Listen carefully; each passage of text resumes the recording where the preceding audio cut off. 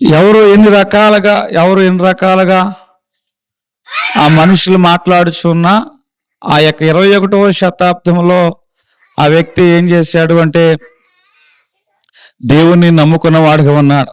కొన్ని రోజుల తర్వాత కంపెనీలో రెసిషన్ వచ్చింది. బయట ఉన్న ఆ యొక్క అనుభవాలు బట్టి రెసిషన్ రావడం వల్ల చాలా మంది జాబులు కోల్పోయే పరిస్థితి వచ్చిన వారు ఉన్నారు. అందరూ జాబు కోల్పోయే పరిస్థితులు వచ్చినప్పుడు ఈ వ్యక్తి యొక్క నమ్మకత్వాన్ని బట్టి, నిజాయితీని బట్టి కంపెనీ వారు ఫిల్టర్ చేసి ఇతనికి ప్రమోషన్ ఇచ్చారు. అందరూ అంటున్న మాట, ఇది ఎలా సాధ్యమైంది అంటే సమాజంలో అక్కడున్న కల్చర్ని బట్టి అందరూ ఏమంటున్నారు, ఇది మా నిర్ణయం, మంచి నిర్ణయం. సొసైటీ ఎలాగుంది, కాలం ఎలాగుంది, నువ్వు ఇంకా వెనకటోడికి వెళ్ళి పేదనం చేస్తావేంటి, వెనకటోడికి వెళ్ళి బైబిల్ చేస్తావేంటి, ఫోన్లో బైబిల్ ఉంది చూడు, ఫోన్లో అన్నీ ఉన్నాయి చూడు, ప్రసంగాలు ఉన్నాయి చూడు, వెనకటోడికి వెళ్ళి గుళ్ళోకి వెళ్తా ఉంటావేంటి, మోడర్న్ కల్చర్లో ఉండు అన్న వారే ఏమిటయ్యా నీ సక్సెస్కి సీక్రెట్ అంటే నేను వ్యక్తిగతంగా దేవుని యొక్క సహవాసం కలిగి ఉన్నాను అన్నాడు. హల్లెలూయా. నేను లోక సహవాసం కలిగి లేను, వ్యక్తిగతంగా నేను దేవుని సహవాసం కలిగి ఉన్నాను అని మాట్లాడుచున్నవాడుగా ఉన్నాడు. ఈరోజు దేవుడు సూటిగా నీతోనే మాట్లాడుచున్నాడు. సమాజం నేనేం చేస్తుందంటే ఒంటరి చేస్తుంది. 10 మంది అభిప్రాయము, 10 మంది ఒక మాట మీద ఉండి నువ్వు ఒక్కడు ఒక మాట మీద ఉన్నట్లయితే ఇప్పుడు 10 మంది అభిప్రాయం కరెక్టా, దేవుని చిత్తం కరెక్టా? అర్థమవుతుందా? ఇప్పుడు ఎగతాళి మధ్య ప్రారంభమైన అద్భుతాల గురించి మనం మాట్లాడుకుంటున్నాం. దేవుని చిత్తంలో మనం నడిచినట్లయితే ఎగతాళి అనే అనుభవాన్ని మనము ఎదుర్కోవాల్సిందే. విశ్వాస జీవితం ఏం చేస్తుందంటే మనల్ని ఒంటరి అనుభవంలోకి నడిపిస్తూ ఉంటుంది. ఒకసారి నువ్వు ఎంత భక్తిపరుడు అయినా, నువ్వెంత ప్రార్థనాపరుడు అయినా, దేవుని సహవాసం నీకు ఎంతున్నా, దేవుడే స్వయంగా వచ్చి నీతో మాట్లాడినా, ఈ విశ్వాస అనుభవం ఏం చేస్తుందంటే మనల్ని ఒంటరిలోకి నడిపిస్తుంటుంది. దేవుడు అబ్రహాంతో మాట్లాడుచున్నాడు, అబ్రహామా నువ్వు లేచి నేను చూపించే దేశానికి వెళ్ళు. ఎక్కడికి వెళ్ళాలి తెలియదు, ఎటు వెళ్ళాలి తెలియదు, ఎందుకు వెళ్ళాలి, దేనికి వెళ్ళాలి తెలియదు. ఏ ప్రశ్నకు అబ్రహాం దగ్గర మాత్రం సమాధానం లేదు. సమాధానం లేకపోయినా దేవుని మాట చొప్పున అబ్రహాము అడుగు వేశాడు. దేవుడు అతని యొక్క అడుగులను ఏం చేశాడంటే స్థిరపరిచిన వాడుగా ఉన్నా. దేవుని వాక్యాన్ని గనక నువ్వు పట్టుకున్నట్లయితే మనుషుల్ని నువ్వు ఒంటరిగా వదిలేయచ్చు, కానీ ఆయన వాక్యం నీ పాదాలకు దీపంగా మార్చి నీ అడుగులు స్థిరపరచునుగాక. హల్లెలూయా. ఇక్కడ సమాజం మాట్లాడుతుంది, ఏమైనా మాట్లాడుతుంది, బంధువులందరూ అతన్ని పిచ్చివాడు అన్నారు. కానీ ఇప్పుడు చరిత్ర ఏం చెప్తుందంటే అబ్రహాం గురించి, ఆయన విశ్వాసులకు తండ్రి. హల్లెలూయా. బంధువులేమో పిచ్చివాడు అన్నారు, ఇప్పుడున్న చరిత్ర, బైబిల్ చరిత్ర ఏమని చెప్తుందంటే ఆయన విశ్వాసులకు తండ్రి అంటున్నా. దేవుని యొక్క పిలుపు మనకు వచ్చినప్పుడు చాలా విషయాలు స్పష్టతగా ఉండవు. స్పష్టత లేనప్పుడు మనం ఏం చేయాలంటే విధేయత అనేది చూపువారుగా ఉండాలి. దేవుని చిత్తంలో నడిచేవాడు ముందుగా ఒంటరిగానే ఉంటాడు, తర్వాత దేవుడు అతన్ని నాయకుడిగా తయారు చేయను గాక. ఇప్పుడు ఈ యొక్క అబ్రహాం మొదట ఒంటరిగానే ఉన్నాడు, తర్వాత దేవుడు అతన్ని ఎలాగ మార్చాడంటే నాయకుడిగా, అనేక మంది విశ్వాసులకు తండ్రిగా మార్చిన వాడుగా ఉన్నాడు. మరి ఒక అనుభవంలోకి వెళదాము. ఇక్కడ పరిహాసము అనేది ఉంటుంది మన జీవితంలో. ఎగతాళి మధ్య ప్రారంభమైన అద్భుతం గురించి మాట్లాడుకుంటున్నాం కదా. పరిహాసము ఏం చేస్తుందంటే మన విశ్వాసానికి పరీక్షిస్తుంది. సహజంగా మన జీవితంలో మనుషులైన వారు మన శక్తిని బట్టి, సామర్థ్యాన్ని బట్టి, వయస్సును బట్టి చాలా చులకనగా మనల్ని ఏం చేస్తారంటే పరిహాసం చేస్తూ ఉంటారు. దావీదు యొక్క జీవితంలో జరిగింది ఇదే కదా. ఆయన యుద్ధం చేయడానికి వెళ్ళినప్పుడు జనులైన వారు ఏమంటున్నారు, పరిహాసం చేస్తున్నారు. నువ్వు బాలుడివి, నీకు యుద్ధ నైపుణ్యం లేదు, నేర్పరితనం లేదు, విలువృద్ధి లేదు, కర్టక సామర్థ్యం లేదు అని పరిహాసం చేస్తూ ఉన్నా. దావీదు ఎదుట ఎవరు ఉన్నారు అంటే గొలియాతు, బలవంతుడైన గొలియాతు కనబడుచున్నాడు. కానీ ఒక రాయ, ఒక విశ్వాసం, ఒక చరిత్రను రాసింది. జనులైన వారు ఎక్కడైతే పరిహాసం చేసిన వారుగా ఉన్నారో అక్కడ దేవుడు అతన్ని ఎట్లా ఉపయోగించాడంటే గొప్పగా వాడుకున్నవాడుగా ఉన్నాడు. మనుషులు భయపడ్డ చోటే దావీదును దేవుడు నిలబెట్టాడు. మనుషులు ఇది అసాధ్యం అనుకున్న చోటే దావీదు ద్వారా దేవుడు సాధ్యపరిచిన వాడుగా కనబడుచున్నాడు.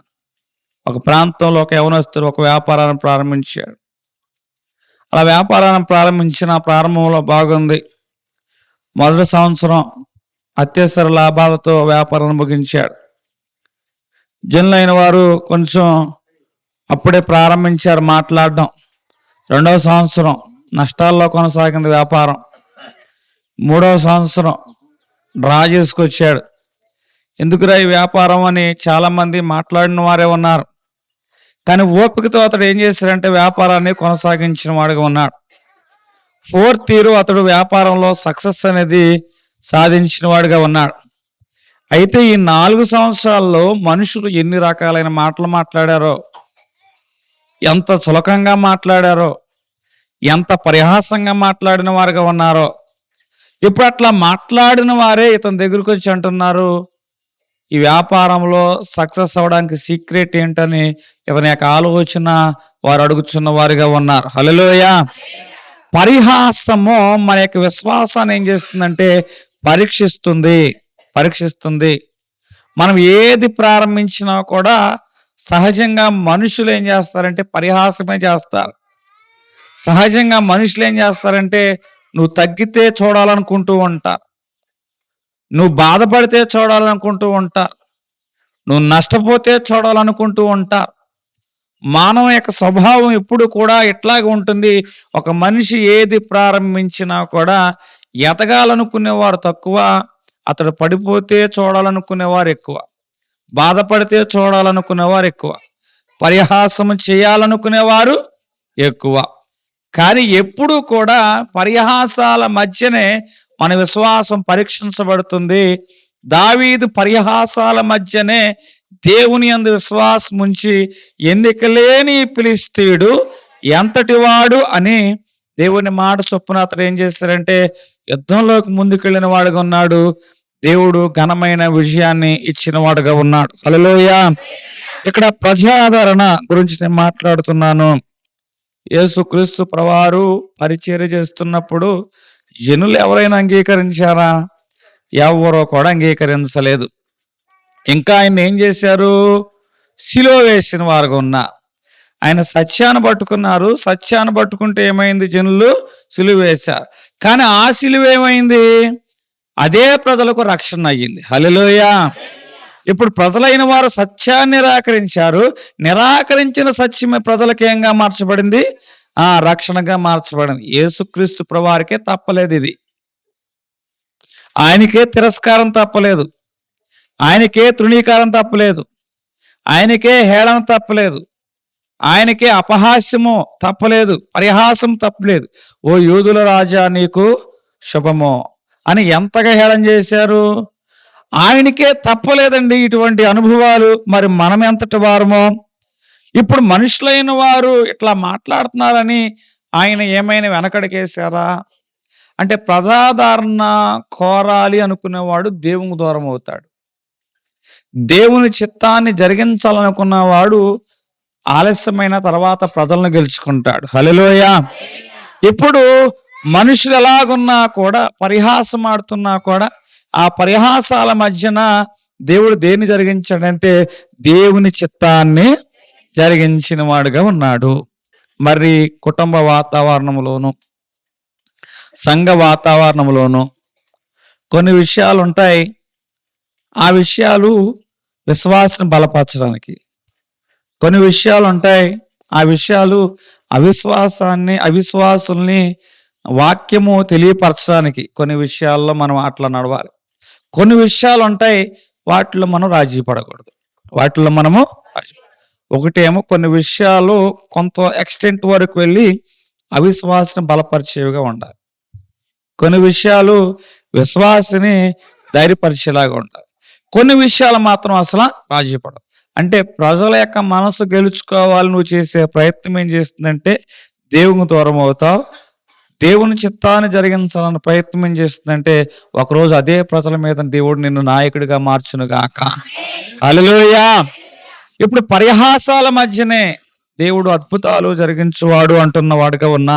హెబ్రీ రాసిన పత్రిక 11వ అధ్యాయము ప్రారంభ వచనము.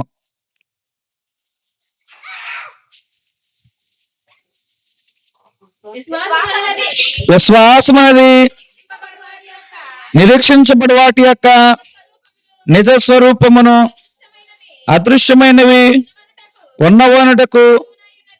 విశ్వాసం అనేది ఏమిటంటండి? నిరీక్షించబడే వాటి యొక్క నిజ స్వరూపము. నిజ స్వరూపము. సహజంగా మనిషి కళ్ళకి కనిపించేది నమ్ముతూ ఉంటాడు. మన విశ్వాసపూరితంగా ఎంతమంది నమ్ముతూ ఉన్నాము? నేను చెప్తున్న మాట, నీ దగ్గర డబ్బు ఉన్నంత వరకు, నీ దగ్గర బలం ఉన్నంత వరకు, నీ దగ్గర శక్తి ఉన్నంత వరకు సహజంగా నువ్వు నీ కళ్ళకు కనిపించేదే నమ్ముతావు. ఆమె దగ్గర డబ్బులు ఉన్నాయి కాబట్టి వైద్యుల దగ్గరికి వెళ్ళింది. ఆమె దగ్గర శక్తి ఉంది కాబట్టి చాలా దూరం ప్రయాణం చేసింది.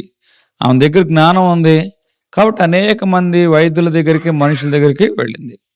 అంటే డబ్బు ఉన్నంత వరకు, శక్తి ఉన్నంత వరకు, జ్ఞానం ఉన్నంత వరకు ఆ స్త్రీ 12 సంవత్సరాలు బట్టి రోగంతో బాధపడుతూ ఉంది. అప్పటి వరకు ఆమె దగ్గర ఏముంది? డబ్బు ఉంది, బలం ఉంది, జ్ఞానం ఉంది. అందుకే ఆమె కంటికి కనిపించిందే నమ్మింది. కంటికి కనిపించిందే. ఎప్పుడైతే ఆమె దగ్గర డబ్బులు అయిపోయినాయో, ఎప్పుడైతే ఆమె దగ్గర శక్తి అయిపోయిందో, ఎప్పుడైతే ఆమె జ్ఞానం ఉపయోగం లేదని తెలుసుకుందో, మనుషుల చేత ఆమె తిప్పలు పడిందో, అప్పుడు కంటికి కనిపించని విశ్వాసం గురించి మాట్లాడుతుంది. వస్త్రపు చెంగు ముట్టుకున్నా చాలు, వస్త్రపు చెంగు ముట్టుకున్నా చాలు అని కంటికి కనిపించని విశ్వాసం గురించి ఎప్పుడు మాట్లాడుతుంది?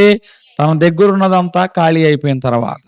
తన దగ్గర ఉన్నదంతా, అది డబ్బు ఖాళీ అయింది, శక్తి ఖాళీ అయింది, జ్ఞానం ఉపయోగం లేదని ఆమెకు అర్థమైనప్పుడు ఇప్పుడు కంటికి కనిపించని విశ్వాసం గురించి ఆమె నమ్మిక అనేది ఉంచుతుంది. అంటే జనులైన వారు సహజంగా కంటికి కనిపించే దాని గురించే మాట్లాడతారు.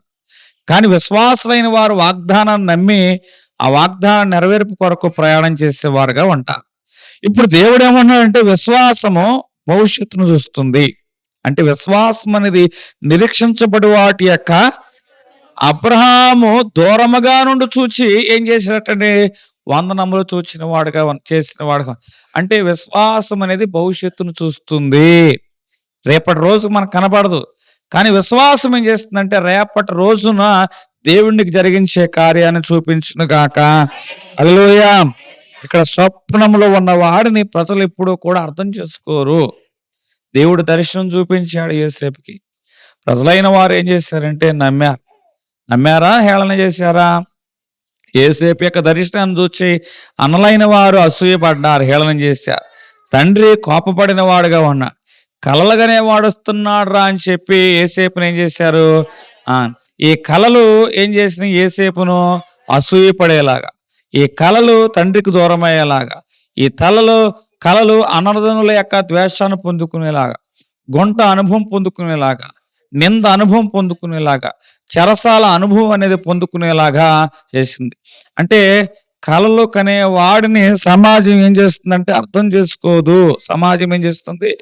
అర్థం చేసుకోదు. అయితే ఒకరోజు దేవుడు ఏం చేశాడంటే ఆ కలలకనే యోసేపును సింహాసనం మీద కూర్చోబెట్టాడు. ఏ అన్నలైతే ఏళన చేశారో అదే అన్నలైన వారు ఇతని యొక్క ఆధిపత్యం కింద, ఇతని యొక్క ఏలుబడి కిందకు వచ్చి సహాయం అడుగుచున్న వారుగా ఉన్నారు. హల్లెలూయా. అబ్దుల్ కలాం గారు కూడా ఏమన్నారంటే కలలు కలండి, కళలను ఏం చేసుకోమంటున్నాడు? సాకారం చేసుకోండి అంటున్నా. నీకున్న కుటుంబ పరిస్థితిని బట్టి జనులైన వారు నీ గురించి చులకనగా మాట్లాడుతున్నారు. ఆశకు కూడా ఒక హద్దు ఉండాలి అని చాలా మంది మాట్లాడుతున్నారు. పిల్లలు కాబట్టి ఆశపడుతున్నారు, పెద్దలకైనా బుద్ధి ఉండొద్దని మాట్లాడుతూ ఉన్నారు. అయితే దేవుడు చెప్తున్న మాట ఏమిటంటే ఇప్పుడు కలలు కనేవారు ఉన్నారు. ఈ కళ్ళ కనే వారిని సమాజం ఏం చేస్తుందంటే అర్థం చేసుకోదు. ఒక వ్యక్తి చిన్నప్పుడు పొలంలో ఆడుకుంటున్నప్పుడు ఆకాశంలో ఏమవుతుందంటే విమానం వెళ్తుంది. మనం కూడా చిన్నప్పుడు ఇంట్లో ఎంత వంట చేసుకుంటున్న విమానం వస్తుందంటే ఏం చేసేవాళ్ళం అండి? వాకిట్లోకి వచ్చి విమానం చూసేవాళ్ళం. అది చీకటైనా సరే వాకిట్లోకి వచ్చి విమానం లైట్ చూసేవాళ్ళం. ఆకాశంలో ఎగిరే విమానం లైట్ చూసేవాళ్ళం. అట్లా ఒక వ్యక్తికి ఒక ఆశ పుట్టింది, నేను ఎప్పుడైనా విమానాన్ని నడపాలని. వాడు కలగన్నాడు. ఏం కలగన్నాడు? నేను విమానాన్ని నడిపే ఒక పైలట్ నవ్వాలి. ఏమవుతారంటే విమానాలు నడుపుతాను అందరూ ఏళన చేశారు. వీడి బ్రతుకు చొక్కా గుండీలు లేవు కానీ వీడంట విమానాలు నడుపుతాడంట అని చాలా మంది హేళన చేశారు. కళ్ళగనే వాడిని సమాజం అర్థం చేసుకోదు. అయినా సరే వాడు కలలుగన్నాడు. కళలు నెరవేరడానికి కావాల్సిన ప్రయత్నము కొనసాగించాడు. అలా కొనసాగించిన తర్వాత ఏమైందో తెలుసా? ఇప్పుడు అతడు విమానాలను నడిపే వ్యక్తిగా మార్చబడం. స్వప్నం అనేక మందికి ఎలాగైందంటే హాస్యంగా తయారైంది. ఇప్పుడు అదే స్వప్నము జనులదట ఒక చరిత్రగా మార్చబడింది. హల్లెలూయా.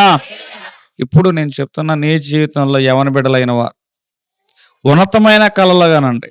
ఏ కళలుగానండి? ఉన్నతమైన కళలుగానండి. ఆ ఉన్నతమైన కళ్ళగనే విషయంలో సమాజం మిమ్మల్ని చులకంగా చూడవచ్చు. కానీ దానికి తగ్గట్టుగా మీరు ఏం చేయాలంటే మనుషులు ఏదో అన్నారని మీ ప్రయత్నాలు మాత్రం మీరు ఆపద్దు, కొనసాగించండి. దేవుడు మీకు తోడయుండును గాక. హల్లెలూయా. పరిస్థితులు కాదు, దేవుని యొక్క వాగ్దానం మనకు ముఖ్యం. రోమీ రాసిన పత్రిక 8వ అధ్యాయము 18వ వచనము.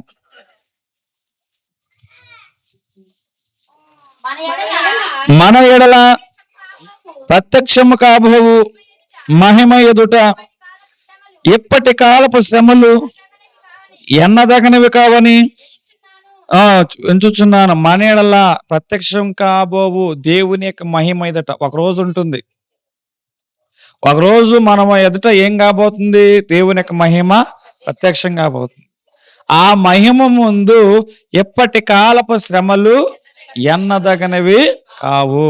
ఒక ఆయన అంటున్న మాట, నా కుటుంబంలో ఎంత శోధన ఎదుర్కొన్నానో, ఎంత అవమానం ఎదుర్కొన్నానో, ఎంత తృణీకారం ఎదుర్కొన్నా, ఇప్పుడు బాగా సక్సెస్ అయ్యాడు. ఇప్పుడు నేను పొందుకున్న దాన్ని బట్టి అవి నాకు పెద్దగా లెక్క అనిపించట్లా, అవే నన్ను ఈ గమ్యానికి నడిపించాయి అంటున్నా. అంటే ఒకరోజు దేవుడు మనకేం చేస్తాడంటే మహిమ ఇస్తాడు. ఆ మహిమ ముందు ఇప్పుడు నువ్వు ఎదుర్కొనే శ్రమలు ఎట్లాగా ఉండవటండి?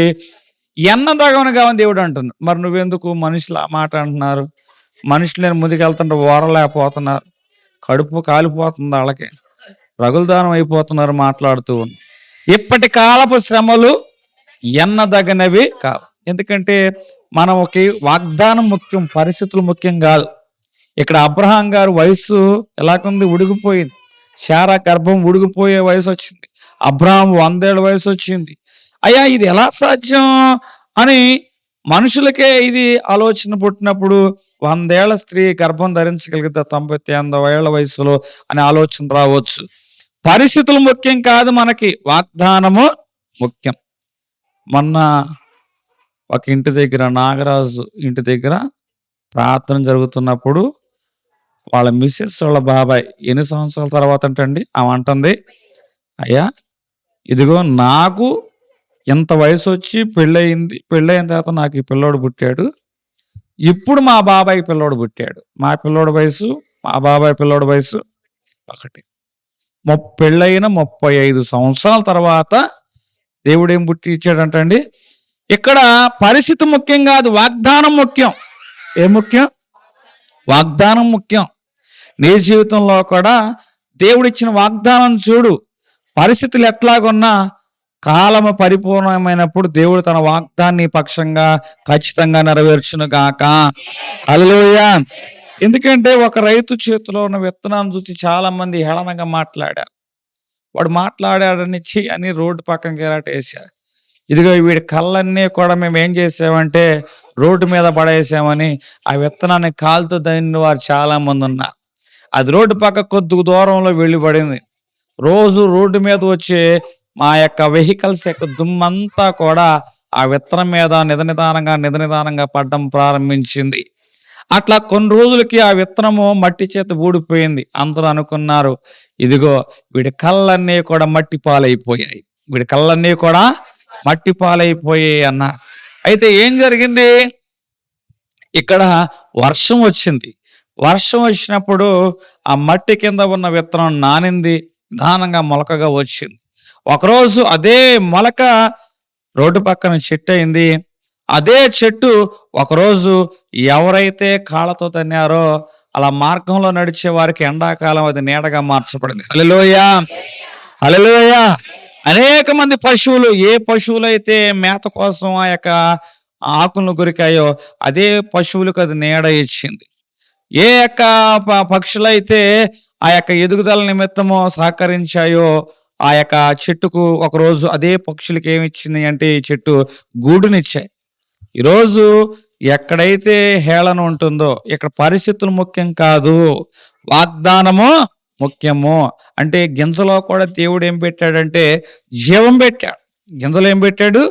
జీవం పెట్టాడు. అట్లాగే మనలో కూడా దేవుడు జీవం పెట్టిన వాడుగా ఉన్నాడు. పరిస్థితులు ముఖ్యం కాదు, దేవుడు పెట్టిన ఈ జీవం నీలో ఉన్నంత కాలము ఆ వాగ్దానానికి చావు లేదు. హల్లెలూయా, హల్లెలూయా. కాబట్టి ఎగతాళి మధ్య ప్రారంభమైన అద్భుతాల గురించి ఈరోజు మనం ధ్యానం చేసుకుంటున్నాం. నీ చుట్టూ ఉన్న పరిస్థితులు ఎలాగున్నాయో, అయితే నువ్వు వాగ్దానం వైపు చూసినట్లయితే అబ్రహాము యొక్క పరిస్థితి సహకారం ఇచ్చే అనుభవం లేదు, కానీ 100 ఏళ్ల వయసులో దేవుడు అతనికి సంతానాన్ని ఇవ్వలేదా? అట్లాగే నీ జీవితంలో ఎక్కడ ఏ విషయంలో అసాధ్యము అని అనుకుంటున్నాడో అక్కడ దేవుడు తన ఘనమైన కార్యాన్ని జరిగించునుగాక. హల్లెలూయా. విశ్వాసం ఏం చేస్తుందంటే ప్రస్తుత కాలం బాధలో ఉన్న భవిష్యత్తులో మనం ఏం చేస్తామంటే మహిమ చూస్తూ ఉంటాం. యోహాను సువార్త 19వ అధ్యాయము ఇక్కడ యేసుక్రీస్తు ప్రభువారు కనపడుచున్నారు. ప్రపంచమంతా ఏం చూసిందంటే ఓటమి చూచింది. సిలువలో యేసుక్రీస్తు ప్రభువారు చనిపోవటను బట్టి శిష్యులైన వారు ఏం చూశారంటే ముగింపు చూసిన వారుగా ఉన్నారు. శుక్రవారం ఏమంటుందంటే ఇక సమాప్తమైపోయింది అంటుంది. శనివారం ఏమవుతుందంటే ఇక అంతా మౌనమే, ఇక అంతా మౌనమే. అంటే ఇక్కడ సమాజమే కానీ అక్కడ ఉన్న శిష్యులే కానీ ప్రపంచమే కానీ ముగింపు, ఓటమి, సమాప్తము, మౌనం అంటుంది. కానీ ఆదివారం వచ్చింది. ఆ ఆదివారం ఏం చేస్తుందంటే ఎక్కడైతే సమాప్తము అన్నారో, ఎక్కడైతే మౌనం అన్నారో అక్కడే దేవుని యొక్క మహిమ ప్రత్యక్షపడినట్లు మృతుల్లో నుంచి ఒక కుమారుడు పునరుత్థానుడై తిరిగి లేచిన వాడుగా ఉన్నాడు. హల్లెలూయా.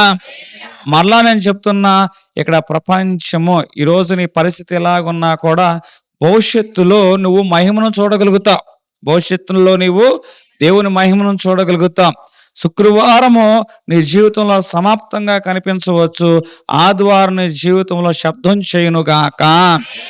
సమాజము ఏమంటుంది నీ గురించి? చులకనగా మాట్లాడుతూ ఉంది. ఇక అయిపోయింది నీ పరిస్థితి అంటుంది, నీ వల్ల ఏమీ కాదు అంటూ ఉంది. అంటే సమాజం నీ గురించి ఎట్లా మాట్లాడుతుంది అంటే అక్కడ నువ్వు ఏదో ఒక ప్రభావం చూపిస్తున్నావని అర్థం. హల్లెలూయా. సమాజం నీ గురించి తక్కువగా చేసి మాట్లాడుతుంది అంటే అర్థమేంటో తెలుసా? నీవు నీ శక్తిని, నీ ప్రభావాన్ని వారి మధ్య కనబరిచావు కాబట్టి నీ శక్తిని తగ్గించడానికి, నీ ప్రభావం తగ్గించడానికి సమాజం నీ గురించి చులకనగా తక్కువగా మాట్లాడుతూ ఉంది. అయితే ఈరోజు మనుషులు నీ గురించి ఏళనగా మాట్లాడవచ్చు, కానీ భవిష్యత్తులో నీ ద్వారా దేవుని యొక్క మహిమ అక్కడ చూపించబడును గాక. ఎఫెసీ రాసిన పత్రిక 6వ అధ్యాయము 13వ వచనంలో చూసుకున్నట్లయితే మీరు ఆపద్దినమునందు వారిని ఎదిరించుటకును సమస్తమును నెరవేర్చిన వారై నిలబడుటకు శక్తిమంతులగునట్లు దేవుడి ఇచ్చు సర్వాంగ కవచమును ధరించుకునండి. ఇప్పుడు మన జీవితంలో నేను చెప్తున్నాను, హేళన మధ్య, ఎగతాళి మధ్య మన జీవితం అద్భుతంగా ప్రారంభం అవ్వాలి అంటే విశ్వాసిగా ఉన్న మనము ఏం చేయాలి అంటే అన్నిటిని ఎదిరించుటకు శక్తి గలవారమై ఉన్నట్లు దేవుడి సర్వాంగ కవచాన్ని మనము ధరించుకోవాలి అంటున్నవాడుగా ఉన్నా. సమస్యల్లో నిలబడే జీవితం గురించి దేవుడు మాట్లాడుచున్నా. దేవుడు నమ్ముకున్నట్లయితే సమస్యలు ఉండవు అంటలా. సమస్యలు ఉంటాయి. సమస్యల నిమిత్తం మీరు ఏం పట్టుకోమంటున్నాడు? సర్వాంగ కవచాన్ని మీరు ధరించుకోండి అంటున్నాడు. చాలా మంది అంటూ ఉంటారు దేవుడు నమ్ముకుంటే బాధలు ఉండవు అంటూ ఉంటా. నేను అంటున్న మాట ఏమిటంటే వాక్యం ఏం చెప్తుంది? బాధలు ఉంటాయి, కానీ ఆ బాధలు నువ్వు జయించగలుగుతావు. హల్లెలూయా. సమస్యలు ఉంటాయి, ఆ సమస్యలు నువ్వు ఎదిరించగలుగుతావు. హల్లెలూయా. అగ్నిగుండాలు ఉంటాయి, అగ్నిగుండాలలో కూడా నువ్వు రక్షించబడతావు. హల్లెలూయా. సింహాల బోను ఉంటుంది, కానీ అది నువ్వు ఎదుర్కోవాలి ఖచ్చితంగా నీ జీవితంలో. కానీ ఆ సింహాల బోను కూడా నిన్ను రక్షించేదిగా ఉంటుంది నీ విశ్వాసం. దేవుని నమ్ముకున్నాగా నీ జీవితంలో ఈ సింహాలు ఎందుకు? దేవుని నమ్ముకున్నాగా నీ జీవితంలో ఈ అగ్నిగుండాలు ఎందుకు? దేవుని నమ్ముకున్నాక నీ జీవితంలో ఎన్ని పరీక్షలు ఎందుకు అంటూ ఉంటా. దేవుడు ఎప్పుడు కూడా తన బిడ్డలైన వారిని పరీక్షల మధ్యలోనే బలపరుస్తాడు. హల్లెలూయా! ఒక చెట్టు మీదకి బలమైన గాలి వీస్తుందంటే దాని అర్థం ఆ చెట్టును పడేయలేని కాదు కానీ ఆ చెట్టు యొక్క వేరు మరింత లోతుగా పోసుకోవాలి. ఎందుకంటే అది ఎండ వచ్చినప్పుడు లోతులో ఉన్న నీటిని అది గ్రహించాలి. గాలి వచ్చినప్పుడు ఆ లోతైన వేరు ఆ గాలిని తట్టుకుని నిలబడేలాగా చేయాలి. ఒక మనిషి జీవితంలో పరీక్ష వచ్చిందంటే దాని అర్థము నీ జీవితంలో నువ్వు మరింత బలంగా నిలబెట్టడానికి. హల్లెలూయా! అంటే విశ్వాసి ఏం చేయాలి? ఎగతాళి మధ్య మన జీవితంలో దేవుడు అద్భుతాలు ప్రారంభం చేయాలి అంటే అతని జీవితంలో ప్రార్థన ఉండాలి. అతని జీవితంలో ఏముండాలి? ప్రార్థన ఉండాలి. మరి నీ జీవితంలో ఈ ప్రార్థన అనే అనుభవం ఉన్నదా? ఒకసారి ఆలోచన చేసుకో. సమాజం అంతా కూడా చట్టాల వైపు చూస్తూ ఉంది. సమాజం అంతా కూడా భయాల వైపు చూస్తూ ఉంది. కానీ దానియేలు మాత్రం ప్రార్థన వైపు చూచిన వాడుగా ఉన్నా. సమాజం అంతా అధికారం వైపు చూసింది. దానియేలు మాత్రం దేవుని వైపు చూసిన వాడుగా ఉన్నా. అయ్యా నువ్వు దేవుని వైపు చూసావు, ప్రార్థన వైపు చూసావు. నీకు వచ్చిన బహుమానం ఏమిటి? సింహాల బోనా? ఎందుకు నీ ప్రార్థన నీకు ఏం చేసింది అని చాలా మంది అంటూ ఉన్నా. మా దేవుడు మమ్మల్ని చంపేసినా బాధలేదు, నేను మాత్రం ప్రార్థన వైపు చూస్తా, నేను మాత్రం దేవుని వైపు చూస్తానని సింహాలను ఎదుర్కోవడానికి ధైర్యంగా నిలిచిన వాడుగా ఉన్నాడు. అతని ప్రార్థన ఏం చేసిందంటే ఎప్పుడు మాట్లాడుతుంది. చట్టం వచ్చినప్పుడు అతను ప్రార్థన మాట్లాడలా. మనుషులు వ్యతిరేకంగా ఉన్నప్పుడు ప్రార్థన మాట్లాడలా. ఇతను చెరసాల్లో వేసినప్పుడు ప్రార్థన మాట్లాడలా. ఇప్పుడు సింహాలు వారికి ఎదురుగా ఉన్నప్పుడు ఆ ప్రార్థన ఇప్పుడు మాట్లాడుతుంది. ఓ సింహమా నీ నోరు మూసుకో. హల్లెలూయా! ఈ ప్రార్థన ఇప్పుడు మాట్లాడుతుంది. ఓ జీవము కలిగిన దేవుని సేవకుడైనా ఓ దానియేలు. ఆ ప్రార్థన తన దేవుని గురించి, దానియేలు దేవుని గురించి ఇప్పుడు మాట్లాడుతుంది. హల్లెలూయా! ఎక్కడైతే పరిహాసం ఉందో, ఎక్కడైతే ఎగతాళి ఉందో, ఒక సందర్భంలో నీ చుట్టూ అనేకమైన వ్యతిరేకమైన గాలులు, వ్యతిరేకమైన పరిస్థితులు వచ్చి నిన్ను పరీక్షించవచ్చు. నా ప్రార్థన ఏమైపోతుందో అనుకోవచ్చు. కానీ దేవుడు ఎక్కడ ఏ విధంగా మాట్లాడాలో అక్కడ ఆ ప్రార్థనతో మాట్లాడిస్తాడు. ఇప్పుడు దానియేలు ప్రార్థన సింహాల ద్వారా మాట్లాడింది. దానియేలు ప్రార్థన రాజు ద్వారా మాట్లాడింది. దానియేలు ప్రార్థన దేశమంతా దేవుని తట్టు చూసేలా చేసింది. హల్లెలూయా! నీ ప్రార్థనకు ఆలస్యం జరుగుతుందంటే, నీ ప్రార్థనకు మనుషులు వ్యతిరేకంగా నిలుస్తున్నారంటే అర్థం ఏమిటంటే ఆ ఆలస్యములు వ్యతిరేకంగా తిరిగిన మనుషులందరూ కూడా ఆ సర్వశక్తివంతుని తెలుసుకొని పోతున్నారు. హల్లెలూయా! హల్లెలూయా! మనం ఈ ఎగతాళి మధ్య ఎలాగ ఉండాలి అనగా ప్రార్థన అనే అనుభవం కలిగిన వారుగా ఉండాలి. ఏ అనుభవం కలిగిన వారండి? మరి ఎవరు ఈ అనుభవం కలిగిన వారుగా ఉంటారు? వారి ఇల్లు ఎక్కడ కట్టాలంటే ఇసుక మీద కట్టాలా? బండ మీద కట్టాలా? బండ మీద కట్టాలి. ఎక్కడ కట్టాలండి? బండ మీద కట్టాలి. మరి నీ జీవితంలో నువ్వు ఈ బండ మీద కట్టుకుంటున్నావా లేదా? ఎవరికో ఒక బలహీనత వచ్చింది. రోజు ప్రార్థన చేయించుకుంటున్నారు. రోజు ప్రార్థన చేయించుకుంటున్నారు కదా! మరి వాళ్ళని పలకరించాలని వాళ్ళ ఇంటికి వెళ్ళా. ఇంటికి వెళ్తే ఆయన వెళ్ళేపాటికి ఎట్టున్నాడంటే వస్త్రం లేకోకుండా కింద ప్యాంట్ లుంగీ కట్టుకుని ఉన్నాడు. పైకి లుంగీ పైకి కట్టుకుని ఉన్నాడు. కాళ్ళ నిండా డ్యాన్స్ వేసి వాళ్ళకి గజ్జెలు కడతారు చూసారండి, అట్టుండే. మొలతాడు దగ్గర కొన్ని కనపడుతున్నాయి. ఇదేంటబ్బా ఈయన రోజు ప్రార్థన చేసుకుంటున్నాడు, ఇక్కడేమో ఇంతలా గొట్టుంది, కింద కాళ్ళ నిండా ఇంత గొట్టుంది, ఏంటబ్బా అని మేము ప్రార్థన చేసి మీరు దేవుని వైపు చూడండి, మీరు దేవుని వైపు చూడండి, ఇవన్నీ మనకి కాదు, మీరు విశ్వాసంతో దేవుని వైపు చూడండి అంటే వారు ఏమనుకున్నారు? ఇవన్నీ కట్టుకోవటం వలన కొంచెం అపాయం నుంచి తప్పించబడడం, ఈయనేమో కుర్రాతనం, ఈయనకేం తెలుసు, దేవుడు దేవుడే, సాతాను సాతానే అని మనసులో అనుకున్నా. మనసులో అనుకున్న తర్వాత ఏమైందంటే ఇంతకన్నా పెద్ద బలహీనత వచ్చింది. ఇంతకన్నా పెద్ద బలహీనత వచ్చింది. ఎప్పుడు వీళ్ళ డాక్టర్ దగ్గరికి వెళ్తే దాందే ఉంది, పిల్లల వాడు కంగారు పడతావేంటి అని అన్నాడు. అట్ట అంటానే ఉన్నాడు. అనుకోకుండా అపస్మారకమైన స్థితిలోకి వెళ్ళిపోయారు. ఎక్కడికి వెళ్ళిపోయాడండి? అపస్మారక స్థితిలోకి వెళ్ళిపోయి డాక్టర్ ఏమంటాడు, అమ్మో ఇక్కడ కాదు కానీ పెద్ద హాస్పిటల్ తీసుకెళ్ళండి. పెద్ద హాస్పిటల్ తీసుకెళ్తే వాళ్ళందరూ కూడా స్కానింగ్లు ఇవన్నీ తీసేపటికి, స్కానింగ్ తీయాలంటే ఇవి ఉండకూడదు కదా, ఇనప ముక్కలో ఏముండకూడదండి, ఈ ఇనప మొక్కలు ఉండకూడదు కదా, కాళ్ళగజ్జలు ఈమె వడ్డానాలు ఉండకూడదు కదా. కాబట్టి అవన్నీ ఏం చేశారు, అన్ని బేగలాగా కత్తిరితో ఈ వడ్డానం గజ్జేశారు. ఆ తర్వాత కాళ్ళకాయ కట్ చేశారు. కట్ చేసిన తర్వాత ఈయన ఏమన్నాడు, శక్తి వచ్చేద్దాం అనుకున్నాడు. ఇయన్నీ తీసేస్తే ఏమొచ్చేద్దాం అనుకుంటా, శక్తి వచ్చేద్దాం అనుకున్నాడు. చివరికి అక్కడికెళ్ళిన తర్వాత స్కానింగ్ అయన్నీ చూసిన తర్వాత ఆహ్, ఇబ్బందికరమైన పరిస్థితి ఉంది. ఎమర్జెంట్‌గా ట్రీట్మెంట్ జరిగించాలి, ఆపరేషన్ చేయాలి అని చెప్పినప్పుడు వారు ప్రార్థన చేశారు. అప్పుడు ఫోన్ చేశారు వాళ్ళు. అయ్యా! ఇక దేవుడి మీదే భారం. ప్రార్థన చేయండి. ఏం చేయండి? ప్రార్థన చేయండి. ఇక నాకు ప్రార్థన తప్ప ఇక ఏ దిక్కు లేదు. ఎందుకు? ఇది కట్ చేశారుగా. ఇది కట్ చేశారు గదా! డాక్టర్లు ఏమన్నారు? ఇదిగో మేము ఆపరేషన్ చేస్తున్నాం. 90 పాళ్ళు చచ్చిపోతాడు. 90 పాళ్ళు చచ్చిపోతాడు. కొడుకు, భార్య, పిల్లలు అందరితో సంతకాలు చేయించేసుకున్నారు. ఇది సక్సెస్ అయిద్దో లేదో మాకు తెలీదు. చచ్చిపోతాడు. సరే ఈళ్ళకేంటి? ఇట్లా ఉంచడం కన్నా ఏదో ఒకటి మనం ప్రయత్నం చేద్దాం అని వారు ప్రయత్నం చేశారు. వారు ప్రార్థనాపూర్వకంగా అప్పుడు కన్నీరు గార్చారు. అయ్యా! ఇప్పటి వరకు మేము ఎటో నడిచాము. కానీ మీ మీద మేము ఆధారపడుతున్నాము. ఇక నువ్వే ఏదైనా కార్యం చేయాలి అని వారేం చేశారంటే సంపూర్ణంగా దేవుని మీద ఆధారపడినప్పుడు ఆశ్చర్యకరమైన రీతిగా దేవుడు అక్కడ అద్భుతమైన ఆపరేషన్ జరిగించిన వాడుగా ఉన్నాడు. దేవుని నామానికి మహిమ కలుగును గాక. మొన్నే డిశ్చార్జ్ అయ్యి ఇంటికి వచ్చిన వాడుగా ఉన్నాడు. దేవునిగా వారి పక్షంగా మరింత కృప చూపించును గాక. ఇప్పుడు నేను చెప్తున్న మాట ఏమిటి అంటే, మన ఇల్లు దేని మీద కట్టాలి? మన విశ్వాసం దేని మీద కట్టాలి? బండ మీద కట్టాలి. మరి ఈరోజు నీ జీవితంలో కూడా నేను చెప్తున్న మాట ఏమిటంటే, ఎగతాళి మధ్య దేవుడు అద్భుతాలు ప్రారంభించాలంటే మన విశ్వాస జీవితాన్ని మనుషుల మాటల మీద కాదు, మనుషుల అభిప్రాయాల మీద కాదు, కానీ మనము దేవుని మీద మన విశ్వాస జీవితాన్ని కట్టుకునే వారుగా ఉంటాం. 1 తెస్సలోనికీయులకు రాసిన పత్రిక 5వ అధ్యాయము 17వ వచనము. ప్రతి విషయమందు కృతజ్ఞతాస్తుతులు చెల్లించుడి. ప్రతి విషయం మందు ఏం చేయమంటున్నాడండి? కృతజ్ఞతాస్తుతులు చెల్లించాలి. ఇప్పుడు ఏంటి కృతజ్ఞతాస్తుతులు చెల్లించడం అంటే?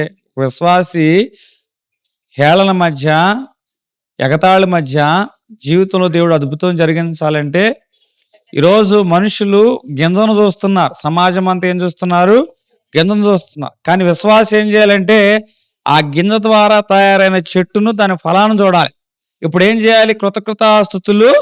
అయ్యా, అందరూ గింజను చూస్తున్నారు, నేనైతే ఈ గింజలో నువ్వు దాచిన చెట్టును, ఈ చెట్టు ద్వారా వచ్చే ఫలం నేను చూస్తున్నా ప్రభువా. నువ్వేం చేయాలంటే కృతజ్ఞతాస్తుతులు అనేవి చెల్లించువాడుగా నువ్వు కనపడాలి. ఎందుకంటే ఒక వ్యక్తి జీవితంలో సమస్య వచ్చింది, అందరూ ఏమంటున్నారంటే ఆ సలహా ఈ సలహా ఇచ్చిన వారుగా ఉన్నా, ఎవరు ఎన్ని రకాల సలహాలు ఇచ్చినా కూడా అతడు ప్రార్థన చేస్తున్న వాడుగా ఉన్నా.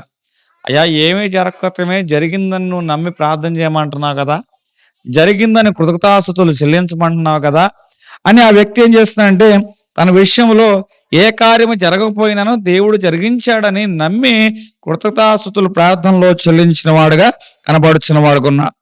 ఇక్కడ కొన్ని నెలలైన తర్వాత అక్కడున్న మనుషులు వచ్చి అడిగారు, ఇది ఎలా సాధ్యమైంది? ఇది ఎలా సాధ్యమైంది?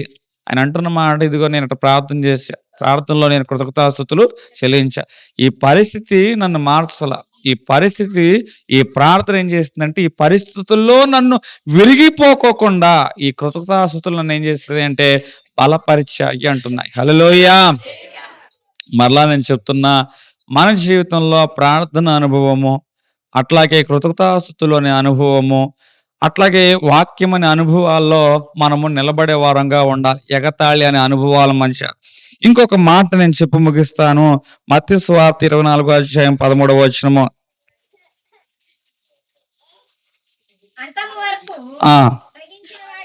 అంతం వరకు సహించిన వాడెవడో వాడే రక్షించబడును. అంతం వరకు సహించిన వాడు అంటే సహనము కలిగి ఉండు. ఏం కలిగి ఉంటున్నాడండి? సహనంగా. శ్రమ ఓర్పు, ఓర్పు పరీక్ష నిరీక్షణ కలగజేయను, ఇట్టి నిరీక్షణ మనలను సిగ్గుపరచదు అంటున్నాడు. అంతవరకు మనం సహించాలి. ఇంట్లో అన్నీ పోయాయి, పిల్లలు పోయారు, ఆస్తి పోయింది, ఆరోగ్యం పోయింది, స్నేహితులు ఆదరణ ముసుగులు ఏం చేస్తారంటే ప్రాణం తీస్తున్నారు.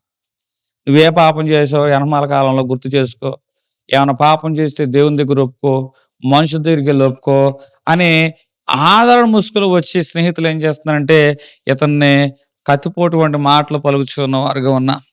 అయితే భార్య కూడా ఏమండి ఎందుకండి బతుకు, చచ్చే ముందు దేవుని దూషించి చచ్చిపోండి, ఏమకి ఎంత పైశాచిక ఆనందం అని చూడండి. చచ్చిపోను, చచ్చిపోయే ముందు ఎవరిని దూషించమంటుంది? దేవుని దూషించడం వల్ల ఏం కలిగే లాభం ఏంటి చెప్పండి? ఏం కలిగే లాభం ఏమంటే, అయితే ఏమంటాడు, నేను సావనన్నా చస్తా కానీ దేవుణ్ణి దూషించను అన్నాడు. చచ్చిపోవడానికి సిద్ధంగా ఉన్నాడు కానీ దేవుడు మాత్రం దూషించు. అంతవరకు ఏబు సహించాడు కాబట్టి ఏబు జీవితంలో దేవుడు రెండంతల మేలు దయచేసిన వాడు. హల్లెలూయా, హల్లెలూయా. ఈరోజు ఎగతాళి మధ్య దేవుడు అద్భుతాన్ని ప్రారంభం చేయాలంటే అంతవరకు నువ్వు సహిస్తున్నావా? ఓపిక పడుతున్నావా?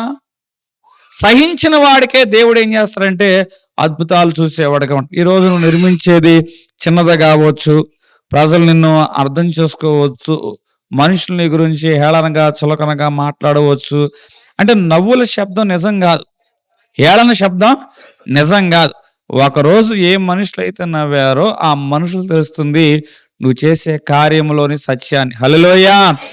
ఏ మనుషులైతే నీ గురించి నవ్వారో అది నిజం కాదు, ఎగతాళి చేశారో అది నిజం కాదు. వర్షం కురిసిన రోజున అర్థమైంది నోవాహు యొక్క పని ఏమిటో. హల్లెలూయా. ఆ యొక్క సింహాలు నోళ్ళు మూసుకున్నప్పుడు అర్థమైంది దేవుని యొక్క శక్తి ఏమిటో, దానియేలు యొక్క ప్రార్థన ఏమిటో. అంటే నవ్వులు నిజమే. ఇక్కడ మనుషుల చిన్నవాడు చూసి నీ బతికేంటి, నువ్వు పైలట్ అవుతావు అన్న హేళన నిజమైంది. ఇక్కడ కళలు బట్టి వీళ్ళు అపహాస్యం చేశారు, అపహాస్యాలు నిజమయ్యాయా? లేదు. ఒకరోజు అతని జీవితం అనేక మందికి చరిత్రగా మార్చబడింది. ఈరోజు అంతం వరకు నువ్వు ప్రార్థన యందు, విశ్వాసమందు, వాక్యమందు నువ్వు నిలిచిన వాడుగా ఉన్నట్లయితే దేవుణ్ణి కలను సాకారం చేయనుగాక. హల్లెలూయా. ఈరోజు ఎగతాళి చేసిన వారు రేపు నీ దగ్గర ఆశ్రయము పొందును గాక. ఈరోజు మనుషుల దృష్టిలో ఇది అసాధ్యము, పరిస్థితులకు అసాధ్యము, కానీ విశ్వాసి వాగ్దానాన్ని నమ్ముతాడు. వాగ్దానం నమ్ముకున్న వాడు ఒంటరి అవ్వచ్చు, కానీ ఒకరోజు అదే ఒంటరి అనేకమైన జనంగా నడిపించే నాయకుడిగా మార్చబడును గాక. దేవుడి కొద్ది మాటలు మన ఇంట్లో దీవించును గాక.